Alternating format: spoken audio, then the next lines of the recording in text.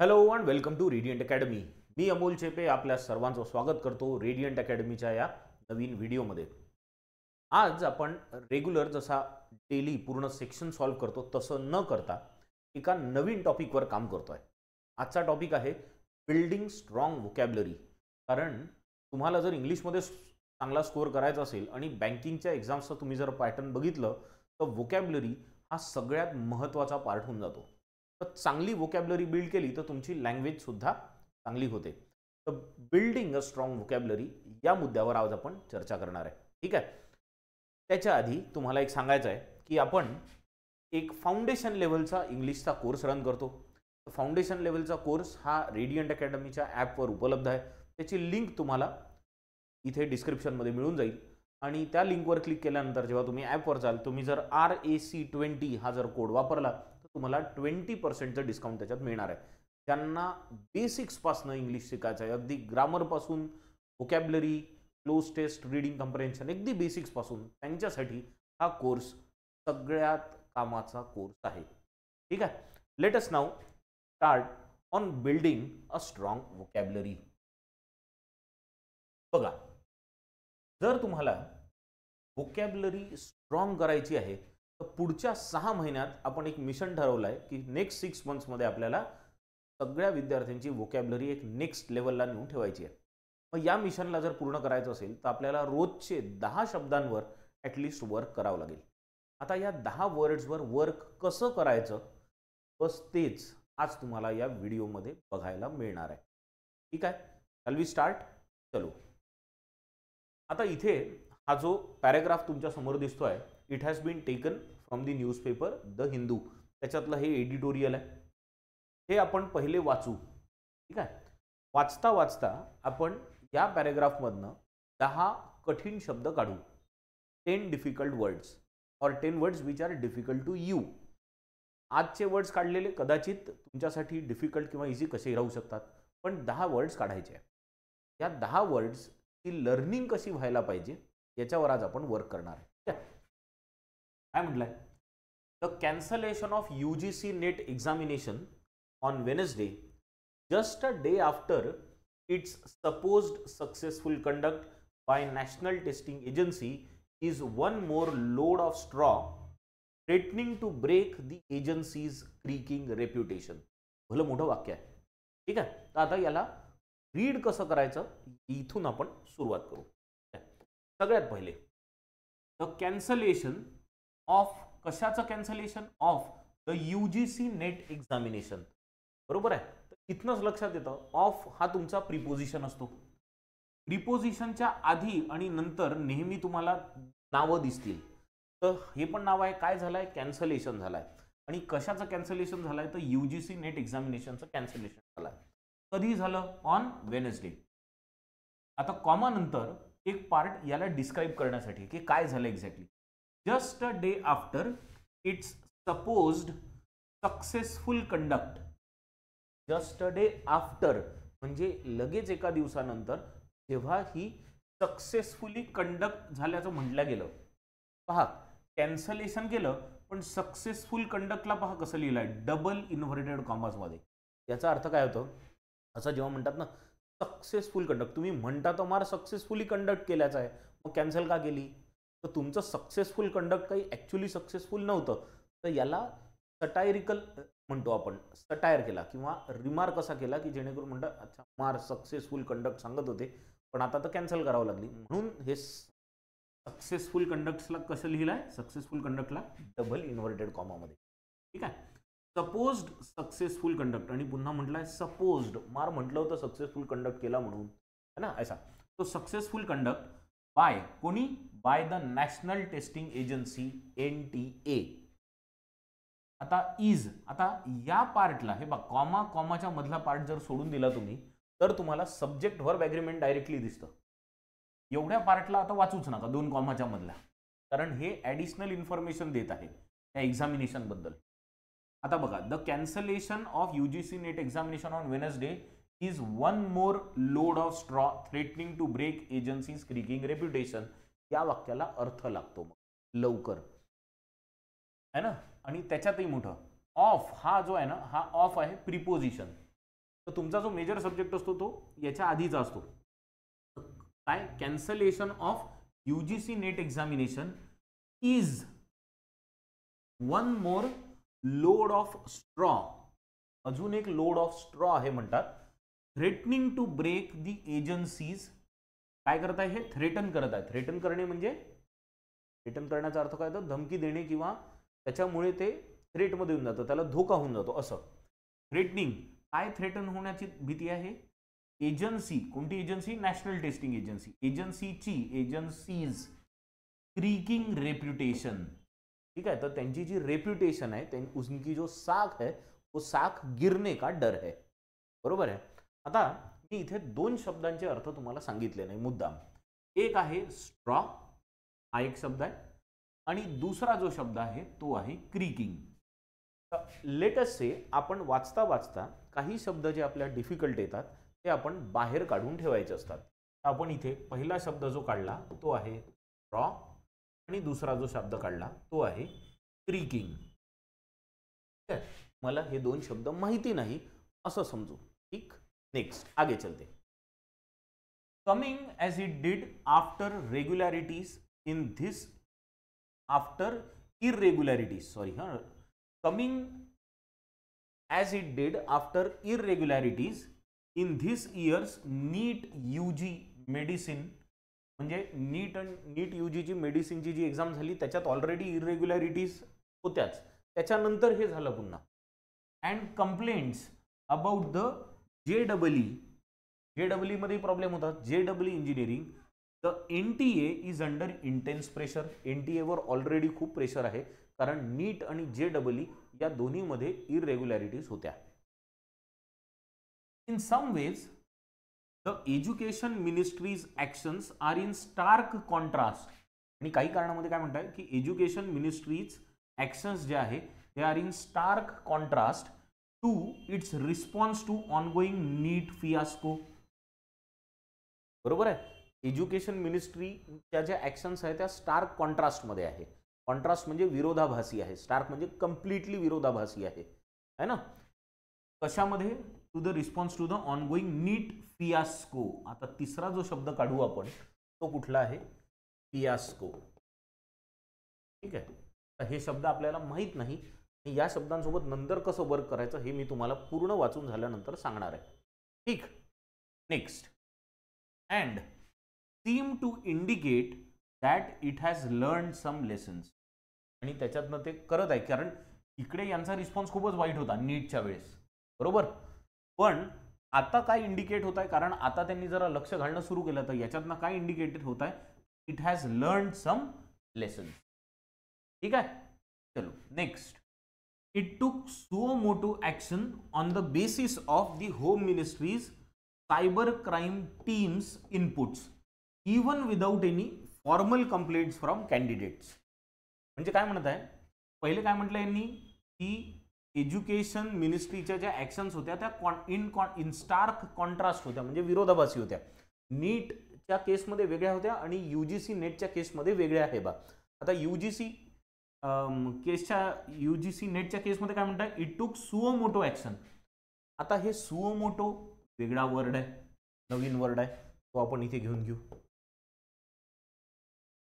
Suo motu. ठीक आहे. On the basis of home ministries. कशाच्या बेसिसवर? होम मिनिस्ट्रीच्या सायबर क्राईम टीमच्या इनपुट्सच्या बेसिसवर. Even without any formal complaints from candidates, है ना. फॉर्मल कंप्लेंट भी नहीं की कैंडिडेट ने, फिर भी एक्शन ली. Unlike in the NEET case. NEET case में क्या होता? Unlike in the NEET. आता अनलाइकचा अर्थ काय आहे? अनलाइक म्हणजे इकडे जसं झालं त्याच्या अपोजिट इकडे होत आहे. अनलाइक जिथे आलं तिथे समजायचं की इकडे जे झालं त्याच्या बिलकुल अपोजिट होत आहे. इथे त्यांनी सुओ मोटो ॲक्शन घेतली मिनिस्ट्रीच्या म्हणण्यावर, है ना. फॉर्मल कंप्लेंट आली नाही तरी ॲक्शन घेतली. Unlike in the NEET case where it was where it has dragged its feet through committees and court cases. It has dragged its feet. Dragged म्हणजे एकदम हळू. ड्रॅग फीट म्हणजे असं पाय असं असं करत चालणे, that is drag its feet. ते पुष्पासारखं, दॅट इज ड्रॅगिंग. तर असं चालणे, म्हणजे खूप हळूहळू काम करणे, that is called dragged its feet through committees and court cases despite multiple allegations म्हणजे आरोप, खूप आरोप आले तरी, and police complaints of paper leaks, even police complaints झाल्या पेपर लीकच्या, पण तरी तिथे काम एकदम मंद गतीने चालू होतं. पण UGC नेटच्या केसमध्ये त्यांनी ॲक्शन घेतली बा, असं म्हणणं आहे. The ministry immediately cancelled UGC NET, एक तर कॅन्सल करून टाकली, immediately cancelled UGC NET and promised a fresh examination, आणि नवीन एक्झाम घ्यायचं म्हटलं. It has asked the CBI to probe the case, CBI ला काय सांगितलंय की तुम्ही या केसची प्रोब करा, छानबीन करो इसमें, while not heeding to the persistent demand of NEET aspirants for a similar probe. पहा, जसं म्हटलं होतं आपण अनलाईकच्या केसमध्ये की याच्या आधी आणि नंतर अपोजिट्स राहतात, तसं आता इथे पण लक्ष द्या. काय म्हटलंय, it has asked the CBI to probe the case while not heeding to persistent demand of NEET aspirant. म्हणजे इकडे CBI प्रोब करायला सांगितली UGC नेटमध्ये, आणि तिकडे अपोजिट, तिकडे नाही सांगितली, तिकडे नॉट हीडिंग, हीडिंग म्हणजे लक्ष देणे, हीड हा शब्द आहे बघा, हीडचा अर्थ आहे लक्ष देणे. नॉट हीडिंग म्हणजे लक्ष न देणे, तर त्यांनी लक्ष नाही दिलं कशाकडे, to the persistent demand. Persistent म्हणजे कन्सिस्टंट, रिपीटेड म्हणतो आपण याला, है ना, रिपीटेड चालू आहे डिमांड त्यांची की आमची पण एक CBI प्रोब करावा, पण नाही करत आहे. कोणाची demand, of NEET aspirants for a similar probe, अशाच प्रोबसाठी. However for over 9 lakh UGC NET candidates, 9 लाखांच्या वर UGC नेट कॅन्डिडेट आहे, who studied for months and then travelled long distances to their examination centres, some taking loans to cover their cost, this is little consolation. ठीक आहे, आता याचं काय म्हटलं, 9 lakh UGC students आहे ना, ज्यांनी बरेच महिन्यांसाठी अभ्यास केला आणि नंतर दूरचे सेंटर्स मिळाले होते तरी तिथे जाऊन एक्झाम दिली. इतकंच नाही तर सम टेकिंग लोन्स, काही लोकांना लोन सुद्धा करावं लागलं आपले खर्च पूर्ण करायसाठी. अशा लोकांसाठी दिस इज लिटिल कॉन्सोलेशन. आता हे कन्सोलेशन काय आहे, हा एक शब्द आपण इथं घेऊन घेऊ, कन्सोलेशन है ना, हा एक शब्द घेऊन घेऊ. तर आपल्याकडे असे 5 शब्द तयार झाले, straw, creaking, fiasco, suo motu and consolation पहिल्या पॅरेग्राफमध्ये. ठीक आहे, आता आपण नेक्स्ट पॅरेग्राफकडे जाऊ, त्याच्यासाठी थोडंसं याला स्क्रोल करतो. ठीक आहे, आता let us read the next paragraph. आता काय म्हटलंय, these young people deserve answers. या यंग लोकांना आन्सर्स पाहिजे ना. These young people deserve answers and right now most of the questions are still unanswered. Unanswered आहे सगळे क्वेश्चन्स, पोरं विचारतच आहे. फॉर वन, काही फॉर वनचा अर्थ काय, एक, आपण म्हणतो ना एक तर हे आहे, तसं फॉर वन असतं. फॉर वन म्हणजे पहिली गोष्ट ही, दुसरी गोष्ट ती, कुठेतरी सेकंड वगैरे असा विषय येईल आपल्याला याच्यात. ठीक आहे, तर for one, no one in the government's education establishment has explained why the NET was an offline exam conducted by CBSE till 2018. पहिले तर हे म्हणत आहे की गव्हर्नमेंटच्या एज्युकेशन एस्टॅब्लिशमेंटमध्ये असं कोणीच नाही आहे की जो सांगेल आम्हाला की हाय NET, UGC NET was an offline exam conducted by the CBSE till 2018. 2018 पर्यंत ही ऑफलाईन एक्झाम होती जी CBSE घ्यायची. When it was taken over by the NET, it was taken over by the NTA. NTA याला taken over केलं कधी, 2018 पर्यंत CBSE घ्यायची, नंतर मग NTA घ्यायला लागली and became an online exam. मग ती ऑनलाईन झाली. Only to revert this year, इथे शब्द आलाय कुठला, रिव्हर्ट. रिव्हर्ट म्हणजे काय बघून घेऊ, चला. रिव्हर्ट 6 नंबरला आपण वर्ड घेऊ, रिव्हर्ट है ना. Revert this year to an offline pen and paper exam.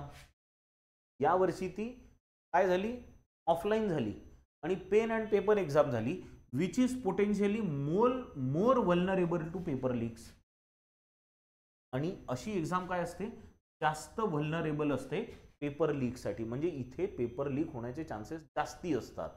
मोर वल्नरेबलचा अर्थ असतो मोर रिस्की है ना, मोर ॲट रिस्क, ज्याला रिस्क जास्ती असते ते असतात मोर vulnerable. As the investigation is carried out, full transparency is key to any hopes that NTA can regain trustworthiness in the eyes of candidates. है ना, जसं इन्व्हेस्टिगेशन आता होईल तसं ट्रान्सपरंटली इन्व्हेस्टिगेशन झालं पाहिजे, तरच एनटीएची ट्रस्टवर्दीनेस रिगेन होईल. गेन म्हणजे काय? गेन म्हणजे मिळणे, फायदा. रिगेन म्हणजे पुन्हा ते ट्रस्टवर्दीनेस आलं पाहिजे, याच्यासाठी regain in the eyes of candidates. The second, पहा मी मगाशी म्हटलं होतं बोला, फॉर वन म्हणजे एक तर हे. सेकंड, दुसरा विषय काय? Second, the second is accountability and punishment of the guilty. Guilty म्हणजे दोषी, या दोषी लोकांची अकाउंटेबिलिटी असली पाहिजे आणि पनिशमेंट सुद्धा असली पाहिजे, मग ते सरकारी तंत्रात असो किंवा नसो. ठीक आहे. The government would also do well to consider a rehaul of NTA's systems and personnel. NTA ची जी पूर्ण सिस्टीम आहे, नॅशनल टेस्टिंग एजन्सीची जी पूर्ण सिस्टीम आहे, त्याचं रिहॉल करण्याची गरज आहे. हॉल पहा, HAUL, हॉल म्हणजे मिळवणी. रिहॉल म्हणजे इथे पूर्णपणे बदलून टाकणे, काय काय बदलायचं पूर्णपणे? NTA ची सिस्टीम म्हणजे व्यवस्था पूर्णपणे बदलावं लागते, आणि पर्सोनेल म्हणजे तिथले लोक, यांना सुद्धा बदलावं लागतं. कारण व्यवस्था बदलली, लोक तेच राहिले तर ते त्यांच्याच व्यवस्थेने चालतील, लोकही बदलावं लागतील. To ensure that technical glitches, तर इथे एक शब्द आला ग्लिचेस, हा ग्लिचेस शब्द आपण इथे घेऊन घेऊ. Glitches, technical glitches, cheating scams, paper leaks and proxy candidates that have plagued the exam. आता प्लेग हा शब्द माहिती आहे तुम्हाला, प्लेग, उंदरांनी होणारा प्लेग, पण इथे प्लेग हा व्हर्ब म्हणून वापरला आहे. प्लेग्ड दी एक्झाम म्हणजे त्या एक्झामला त्यांनी खराब करून ठेवला, वाईट करून ठेवला आहे, म्हणजे ज्याला त्रास देऊन ठेवला, एक्झामला सिस्टीम बिघडवून ठेवली आहे. Plagued the exam this year are not allowed to happen again. ज्यांनी सगळं वाईट केलं आहे, त्यांनी त्या सिस्टीम बिघडवली आहे एक्झामची, त्यांना पुढच्या वेळेस असं करण्याचा चान्स मिळायला नको. विथ द फेट of lack of India's educated youth, तिथे लॅक ऑफ इंडियाचे एज्युकेटेड यूथची फेट आहे. फेट म्हणजे काय? भविष्य है ना, त्यांचं भविष्य इथे आहे. अँड द यंगेस्ट वोटर्स, कारण हे जे लोक आहे UGC नीट देणारे म्हणा किंवा नीटवाले, स्पेसिफिकली नीट आणि JEE वाले, हे तर 18 वर्षाचे मुलं असतात, तर they are the youngest voters, first time voters असतात बरेच लोक. At stake, it is not surprising that the testing agencies' woes have become a political hot potato. काय म्हटलं? इट इज नॉट सरप्राइजिंग नाही आहे की टेस्टिंग एजन्सी म्हणजे NTA जे वोज आहे, वोज म्हणजे यांचे प्रॉब्लेम्स, यांचे दुःख. प्रॉब्लेम्स म्हणजे हे ज्या कठीण परिस्थितीतून चालले आहे सध्या, मुलं तर चाललेच आहे, NTA जे मेजर प्रॉब्लेम्स आहेत, त्यांच्यात ज्या अडचणी आहे सिस्टीम मधल्या, woes have become a political hot potato. हे हॉट पोटॅटो मध्येच हे गरम आलू कुठून आले है ना, तर हे हॉट पोटॅटोचा अर्थ काय असतो हे पण आपण इथे बघू. Hot potato. ठीक आहे. some opposition leaders have demanded that NTA be dismantled. NTA ला काय केलं पाहिजे? डिसमॅन्टल केलं पाहिजे. म्हणजे काय केलं पाहिजे बघू, आपण इकडे घेऊ डिसमॅन्टल्ड. ठीक आहे, डिसमॅन्टल्ड. 9 आपल्याला 10 शब्द शोधायचे आहे. तर काही अपोजिशनचे लीडर्स म्हणतात आहे की NTA ला डिसमॅन्टल केलं पाहिजे. डिसमॅन्टल काय ते बघू. And the responsibility for entrance examinations be handed over to the states instead. आणि ही जी जबाबदारी आहे ही स्टेट्सला म्हणजे राज्यांना देऊन दिली पाहिजे रिक्रुटमेंट करायची है ना. This may well कर्ब the union government's centralizing tendencies leading to examination of enormous scale. enormous, आता इथे एक शब्द आला पुन्हा enormous. आपण ह्या enormous ला पण इथे घेऊन घेऊ. इनॉर्मस, ठीक आहे, on enormous scale that are harder to manage in a far flung nation.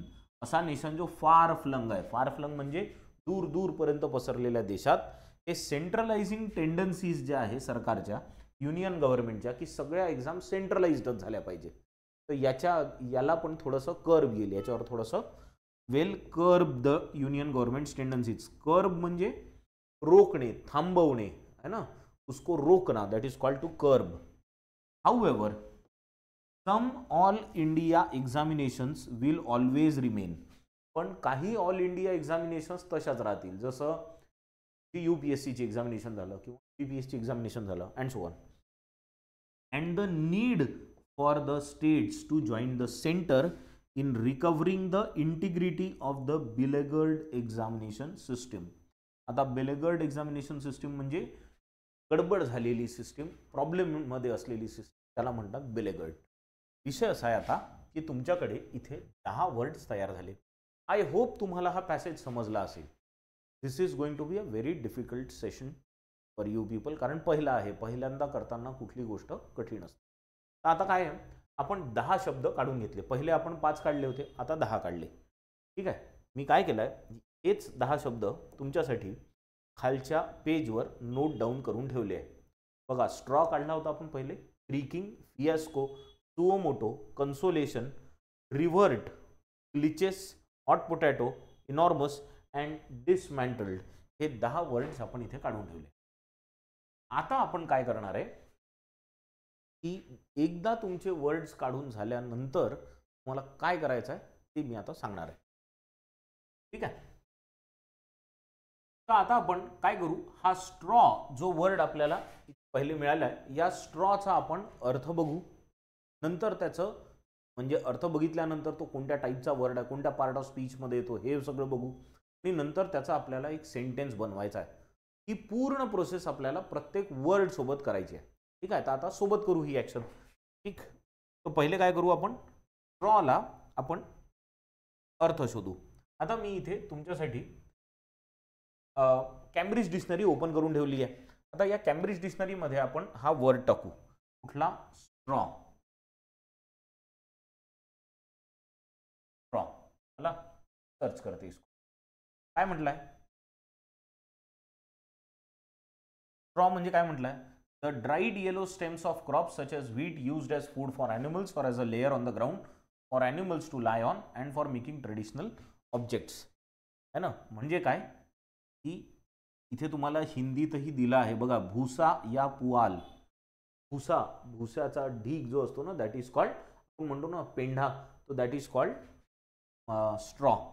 तर dried yellow stems of crops. तुम्ही काय करू शकता, जिथे तुमची PDF आहे त्या PDF मध्ये तुम्ही हे लिहून घेऊ शकता. मीनिंग काय, dried yellow stems of crops, भूसा. ठीक आहे, हे तुम्ही लिहून घेतलं, हा झाला तुमचा मीनिंग. त्याच्यानंतर तुम्ही हे इरेज होईल. हां, मी हे तुम्हाला लिहून फक्त दाखवत आहे. हां, आता देते. हां, आता दुसरी गोष्ट, इथे काय म्हटलंय, स्ट्रॉचं बेल ऑफ स्ट्रॉ सुद्धा होतं. ठीक आहे, त्याच्यानंतर स्ट्रॉ ऑफ बास्केट पण होतं. ठीक, तर या सगळ्या गोष्टी तुम्हाला इथे दिसत आहे. आता समजा आपण थोडं वर जाऊ आणि प्रयत्न करू की याचं एखादं वाक्य आपल्याला मिळतं का. आता बघा, तुम्ही इथे एक वाक्य तुम्हाला दिसत आहे, जर क्लिअर असेल तर हे वाक्य बघा, prisoners slept on straw mats. Straw म्हणजे भुस्याच्या मॅट्स बनवल्या होत्या, त्याच्यावर प्रिझनर्स झोपले होते. Prisoners slept on straw mats, बरोबर. आता काय करायचं, एक हेच असं वाक्य तुम्ही तिकडे लिहून घेऊ शकता. जे वाक्य तुम्ही वाचलाय ना, ते मिनिंगच्या खाली तेच वाक्य लिहा. स्ट्रॉचा अर्थ आपण पहिलेच लिहिला. आता काय करू, आपण इथे लिहू त्याचं सेंटेन्स. इथे त्याचं सेंटेन्स काय लिहू शकतो आपण, सेंटेन्स, तेच वाक्य लिहा पहिले, prisoners slept on straw straw mats, ठीक आहे, स्ट्रॉच्या मॅट्सवर प्रिझनर्स झोपले असा याचा अर्थ होतो. बरोबर आहे. अजून एक गोष्ट मगाशी तुम्ही काय म्हटली की स्ट्रॉच्या बिगला आपण बेल ऑफ स्ट्रॉ सुद्धा म्हणतो. मग अशा वेळेस याचा हा शब्द वापरून, कोणता, स्ट्रॉ वापरून ही एक वाक्य बनवा. एक वाक्य असंच, जसं फॉर एक्झाम्पल मी इथे एक्झाम्पल लिहितो याचं, I saw a bale of straw. हे वाक्य बरोबर आहे की नाही हे पण चेक करावं लागेल. तुम्ही हीच ऍक्शन प्रत्येक वर्डसाठी वापरायची आहे. ठीक आहे. आपण सगळ्या वर्डचे मिनिंग आज बघणार आहे. इथे वाक्य लगेच तर नंतर बनवू, पण सगळ्या वर्डचे मिनिंग आज बघून घेऊ, सगळे वर्ड्स आज समजून घेऊ. ठीक आहे. तर स्ट्रॉ समजला तुम्हाला. स्ट्रॉ म्हणजे काय, भुसा, भुसाची बेल होऊ शकते, BALE वाली बेल है ना. तो I saw a bale of straw. Once you have thought of a sentence, मी एक समजा सेंटेन्स बनवला. किंवा अजून एक उदाहरण देतो बघा, तुम्ही असं लिहिलं, prisoners slept on straw mats. अशाच प्रकारचं तुम्ही दुसरं काहीतरी बनवा. तुम्ही काय बनवू शकता, दुसरं वाक्य, समजा वाक्य तुम्हाला बनवायचं असेल, तुम्ही काय करू शकता, प्रिझनर्स म्हणण्यापेक्षा तुम्ही इथे लिहू शकता माय फ्रेंड्स स्लेप्टच्या ऐवजी सॅट ऑन स्ट्रॉ मॅट्स असंही म्हणू शकता. म्हणजे काय, तुम्ही हळूहळू सेंटेन्स बनवणं शिकाल. भले कॉपी करून बनवत आहे सध्या, सुरुवात करायला it is an easy method. करून पहा, कारण हळूहळू केल्याने तुम्हाला येत जाईल. आता समजा तुम्ही हे वाक्य बनवलं, my friends sat on straw mats. ठीक आहे.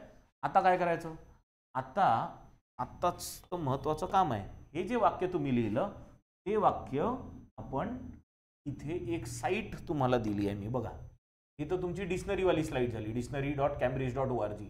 एक दुसरी साईट आहे, त्याचं नाव लक्षात ठेवा, quillbot.com.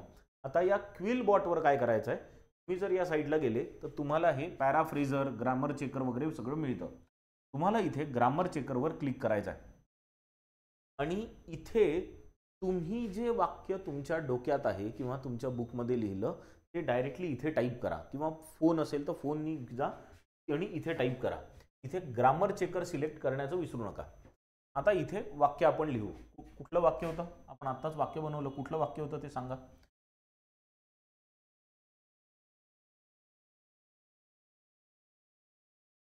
My friends sat on straw mats आणि शेवटी फुल स्टॉप.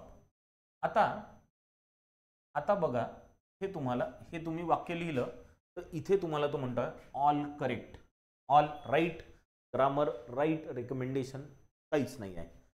समजा तुम्ही इथे दुसरं काहीतरी केलं असतं, फॉर एक्झाम्पल इथे तुम्ही सिट केलं असतं. मग आता बघा तो काय म्हणतो, माय फ्रेंड्स सिट, हे पण चालतं. मी याला सीटच्या ऐवजी लेटचे सीट्स केलं. आता तो बघा आपल्याला एरर दाखवेल. इथे त्यांनी म्हटलं, अंडरलाईन करून दिलाय की तुमचं वाक्य इथे चुकलाय. आणि काय चुकलाय तर त्याचं करेक्शन सुद्धा इथे दिलाय बघा, माय फ्रेंड सीट, माय फ्रेंड्स सीट. बरोबर, इथे मी एस लिहिला होता तेव्हा त्यांनी म्हटलं होतं की हे चुकीचं आहे. ते क्लिक केल्यावर त्यांनी ते करेक्ट केलं है ना. तर इथे त्यांनी मला करेक्शन सुद्धा दिलाय. तर तुम्हाला प्रत्येक वर्डचं एक वाक्य बनवायचं आहे, त्याला वेळ लागणार आहे ना. प्रत्येक वर्डचं एक वाक्य बनवायचं आणि त्याला क्विलबॉटवर चेक करत जायचं. तुम्ही चेक केलं की तुम्हाला इथे तुम्ही लिहिलेल्या वाक्यामध्ये काय चुकलं आहे ना हे इथे एक्सप्लेन करतो. And this is how you can develop a system where you can learn by yourself. तुम्हाला कोणावर डिपेंड राहण्याची गरज नाही आहे शिकण्यासाठी आता. बरोबर आहे, इतक्या गोष्टी तुम्हाला फक्त करायच्या. चालेल, समजली ही मेथड.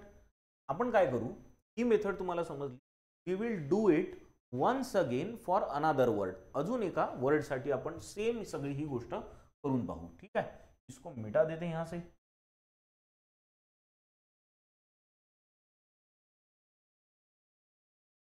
ठीक आहे, आणि इकडे आपण नवीन वर्ड शोधू.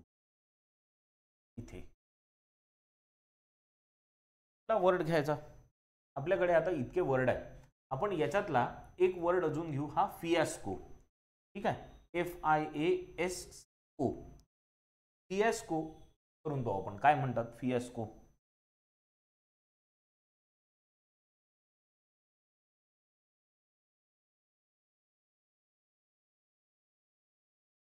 फियास्को सर्च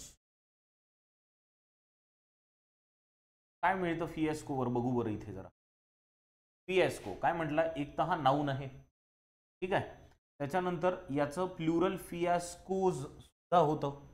आता काय म्हटलंय, something planned that goes wrong, काहीतरी प्लान केलेला आहे आणि ते चुकतं, म्हणजे गडबड होते, गोंधळ होतो प्लान केलेल्या गोष्टीमध्ये. And is a complete failure usually in an embarrassing way. ठीक आहे. आता काय करू शकता तुम्ही, एकदा तुम्ही तो मिनिंग बघितला की तुम्ही त्या PDF मध्ये हा फियास्को जो शब्द आहे ना तो आयडेंटिफाय करा, तो बघा, मग तुमच्या लक्षात येईल. पहा इथे काय म्हटलं, in some ways education ministry's actions are in stark contrast to its response to the ongoing NEET fiasco. त्यांनी जो हा नीटच्या परीक्षेत गोंधळ घातला आहे त्याला म्हणतात fiasco. Something which is planned but goes wrong completely and is a complete failure. ठीक आहे. मग काय करायचं, हा मिनिंग जो तुम्ही इथे घेतलाय हा मिनिंग कॉपी करायचा आणि तो तिथे पेस्ट करायचा फियास्कोच्या समोर. आलं लक्षात? दुसरी गोष्ट, आता तुम्हाला इथे खाली वाक्य सुद्धा दिलाय. काय म्हटलंय, the show was a fiasco. One actor forgot his lines and अनादर फेल ऑफ द स्टेज. एक ऍक्टर आपली लाईन विसरला आणि दुसरा फेल ऑफ द स्टेज. तुम्हाला इथे लाईन सुद्धा मिळतं.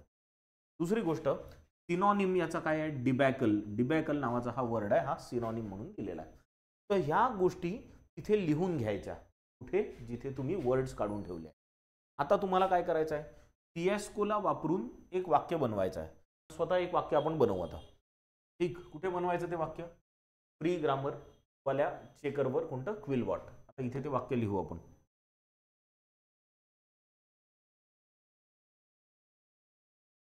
The project is a fiasco, मी लिहिलाय. आता यांनी काय फुल स्टॉप शेवटी देऊन दिला. आता हे सेंटेन्स, माझा प्रोजेक्ट फियास्को होता, म्हणजे कंप्लीट गोंधळ झाला प्रोजेक्टमध्ये. ठीक आहे, the project is a fiasco. मग हे वाक्य ग्रॅमॅटिकली हा करेक्ट म्हणत आहे.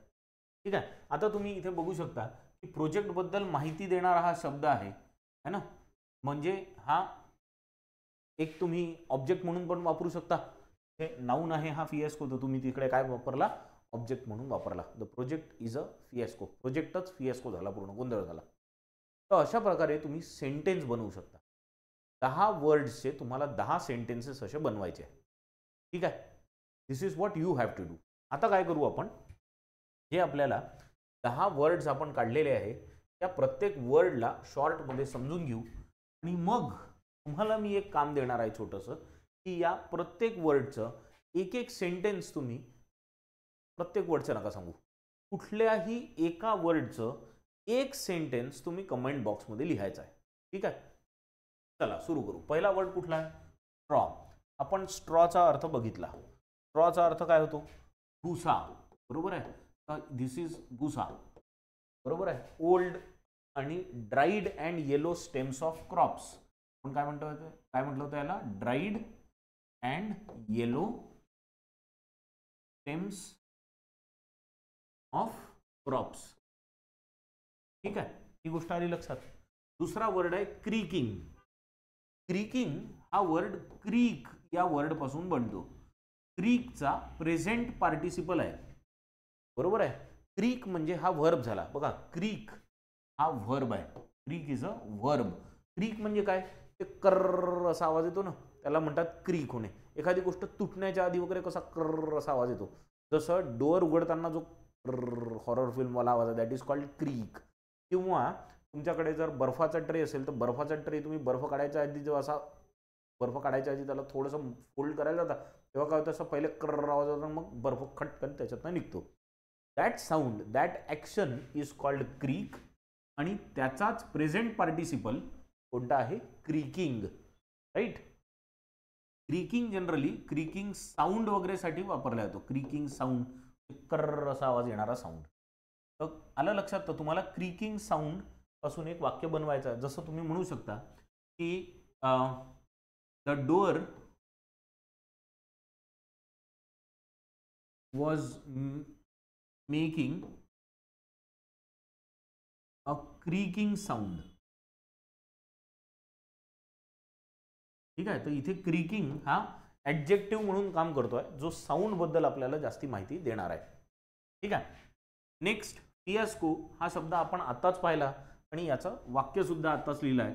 आपण वाक्य असं बनवलं होतं त्याचं, the project is a complete fiasco. आता मगाशी मी कंप्लीट लिहिलं नाही, the project is a complete fiasco. Next, suo motu. Suo मोटोचा अर्थ काय होतो? सुओ मोटो म्हणजे स्वतःहून ऍक्शन घेणे. म्हणजे बरेचदा काय होतं, जसं आपण त्या पॅरेग्राफमध्ये वाचलं की एज्युकेशन मिनिस्ट्रीनी UGC नेटच्या केसमध्ये स्वतःहून ऍक्शन घेतली, पण नीटच्या केसमध्ये त्यांनी तसं केलं नाही. नीट JEEच्या केसमध्ये NTAने किंवा एज्युकेशन मिनिस्ट्रीनी कुठलीच ऍक्शन स्वतःहून घेतली नाही. कंप्लेंट केल्यानंतर मग चाल ढगल करत, स्पीड ड्रॅग करत करत त्यांनी ऍक्शन घेतली. सुओ मोटो म्हणजे स्वतःहून ऍक्शन घेणे. तर याचं वाक्य काय बनू शकतं? द कोर्ट टूक सुओ मोटो ऍक्शन. बरोबर आहे.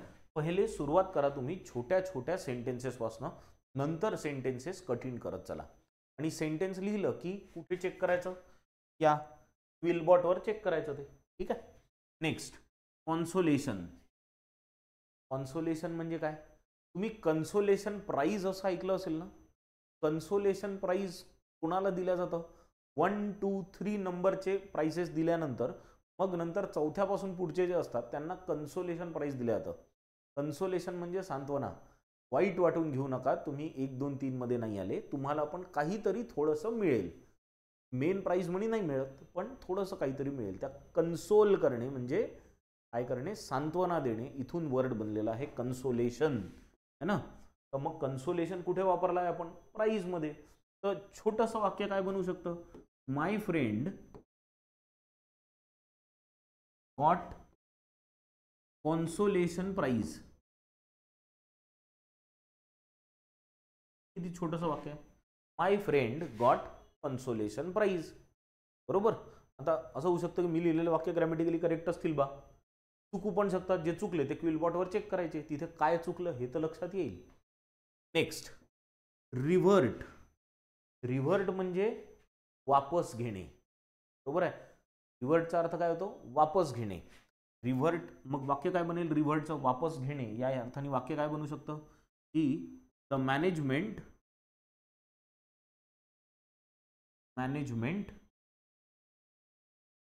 decided to revert its decision. आपला डिसिजन रिव्हर्ट करण्याचं मॅनेजमेंटनी ठरवलं. ठीक आहे, असं वाक्य बनू शकतं. ग्लिचेस. आता ग्लिचेस हे ग्लिचेस हा जो शब्द आहे, जो पॅसेजमध्ये वापरला, टेक्निकल ग्लिचेस असं म्हटलं. ग्लिचेस म्हणजे गडबड, प्रॉब्लेम्स जे मध्ये मध्ये येत राहतात. समजा आता क्लास घेत आहे, अचानक असं होईल की काहीतरी टेक्निकल प्रॉब्लेम आला इथे, तर आपण काय म्हणू? देअर वॉज अ, मी काय म्हणेल अशा केसमध्ये त्याचं वाक्य असं म्हणेल, there was a technical glitch. हा सिंग्युलर झाला, ग्लिचेस हे प्लुरल झालं. बरोबर आहे. त्यांना बरे चालले असतील प्रॉब्लेम, आपल्याला एकच आला. मी असं म्हणू शकतो, very sorry, I had to stop the class और I had to restart the class because there was a technical glitch. Glitch हे टेक्निकल प्रॉब्लेम आला होता, छोटासा problem, that is a glitch. नंतर आता आपण काय करू? हे 7 तुमच्यासाठी इथपर्यंत झाले आहे. बाकीचे 3 आपण एकदा पुन्हा मेथड फॉलो करू. ठीक आहे. कुठली मेथड? आता बघा, इथे तुम्हाला जसं दिलेलं आहे हॉट पोटॅटो. आता हॉट पोटॅटो म्हणजे ऐसी चीज की बहुत बड़ा सरदर्द हो गई है. बरोबर. आपण काय करू? हॉट पोटॅटोला अजून डिटेलमध्ये इथे सर्च करू. पहा, इथे आता आपल्याला हॉट पोटॅटो, कारण हॉट पोटॅटो आपल्याला काय माहिती आहे? गरम आलू तर नाही राहू शकत. हॉट पोटॅटो ट्राय करते.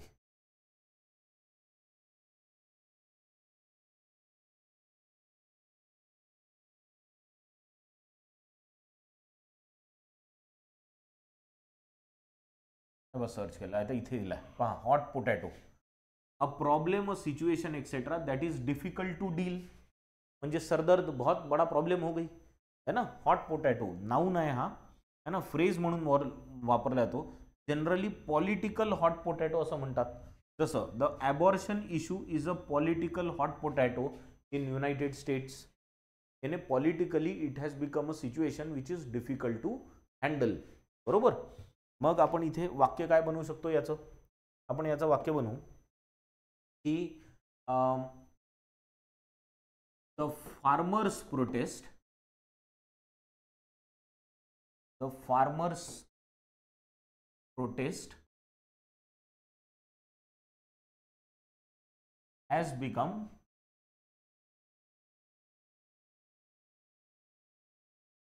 a political hot potato. ठीक है. ये हॉट पोटैटोचा अर्थ काय है, एक सिरदर्द, कैसा प्रॉब्लम जिसको हैंडल करना मुश्किल हो रहा. ठीक है. नेक्स्ट वर्ड आहे इनॉर्मस. इनॉर्मसचा अर्थ काय, तो इनॉर्मस म्हणजे असं काहीतरी, म्हणजे खूप मोठ्या क्वांटिटीमध्ये, दॅट इज खूपच मोठं काहीतरी असणे, दॅट इज इनॉर्मस. बरोबर आहे. तर इनॉर्मस एखाद्या खूप मोठ्या क्वांटिटीमध्ये असलेल्या गोष्टीसाठी आपण वापरतो. वाक्य काय बनवू शकतो आपण इनॉर्मसचं, he got enormous success. Simple वाक्य बनवू शकतात. डिसमॅन्टल्ड म्हणजे तोडून टाकणे.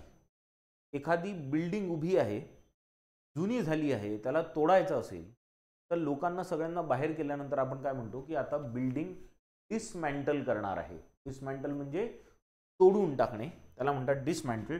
वाक्य काय बनेल डिसमॅन्टलचं, ते डिसमॅन्टल्ड the building.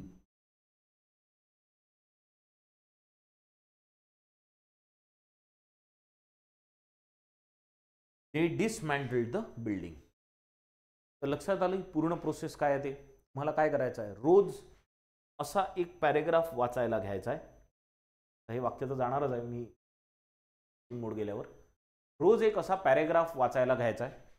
जर तुम्हाला पॅरेग्राफ कठीण वाटत असेल वाचायला, कुठला हिंदूचे एडिटोरियल्स कठीण वाटत असेल, what you can do is, तुम्ही गुगल न्यूज वापरा आणि त्याच्यावर तुमच्या आवडत्या टॉपिक्सची न्यूज वाचा कुठली. त्याच्यातनं 10 शब्द काढायचे. 10 वर्ड्स काढल्यानंतर त्या 10 वर्ड्सची मिनिंग काढायचे. मिनिंगसाठी काय वापरू शकता तुम्ही गुगल वापरा किंवा कॅम्ब्रिज युनिव्हर्सिटीची मी साईट जशी वापरली तशी तुम्ही वापरा. एकदा तुम्हाला अर्थ कळला की तोपर्यंत तुम्ही तो अर्थात व्यवस्थित शिकणार नाही जोपर्यंत तुम्ही त्याचं वाक्य बनवत नाही. इथे तुमची खरी टेस्ट आहे आणि ती जर टेस्ट तुम्ही प्रत्येक वर्डाच्या वेळेस देत राहिले तर तुमची लर्निंग होणार आहे. तुम्ही काहीतरी नवीन शिकाल.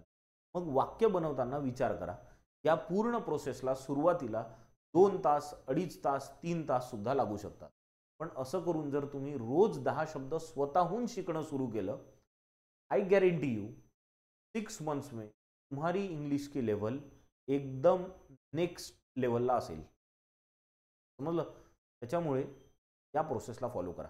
लक्षात ठेवा, रीडिंग, वर्ड्स अँड सेंटेन्सेस वाचायचं, शब्द काढायचे, अर्थ काढायचे आणि त्याचे वाक्य बनवायचे. वाक्य बनतपर्यंत पूर्ण प्रोसेस फॉलो करा. Thank you for staying so long. Thank you.